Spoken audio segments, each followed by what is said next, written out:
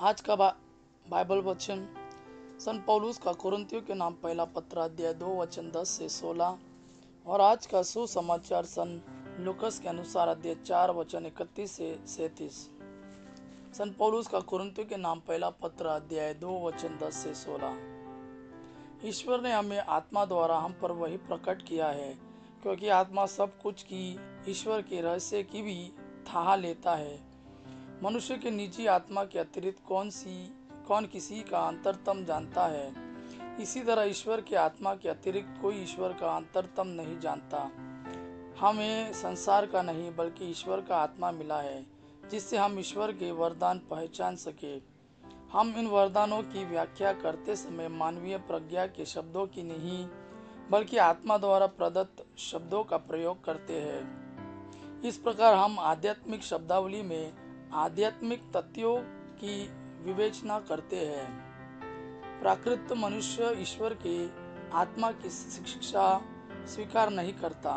वह उसे मूर्खता मानता और उसे समझने में असमर्थ है, क्योंकि आत्मा की सहायता से ही उस शिक्षा की परख हो सकती है।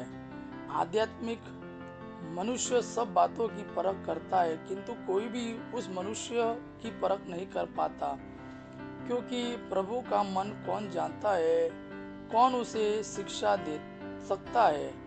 हम में तो मसीह का मनोभाव विद्यमान है। आज का सुसमाचार सन लूकस के अनुसार अध्याय 4 वचन 31 से 37 तक। वे गलीलिया के कफरनहूम नगर आए और विश्राम के दिन लोगों को शिक्षा दिया करते थे। लोग उनकी शिक्षा सुनकर अचंभे में पड़ जाते थे, क्योंकि वे अधिकार के साथ बोलते थे। सभागृह में एक मनुष्य था जो अशुद्ध आत्मा के वश में था। वह ऊंचे स्वर से चिल्ला उठा, ईसा नाजरी, हमसे आपको क्या आप हमारा सर्वनाश करने आए हैं? मैं जानता हूँ कि आप कौन हैं, ईश्वर के भेजे हुए परम पावन पुरुष। ईसा ने यह कहते हुए उसे डांटा, चुप रह, इस मनुष्य से बाहर निकल जा। अबदूत ने सब के देखते देखते उस मनुष्य को भूमि पर पटक दिया और उसकी कोई हानि किए बिना वह उससे बाहर निकल गया। सब विस्मित हो गए और आपस में कहते रहे, यह क्या बात है?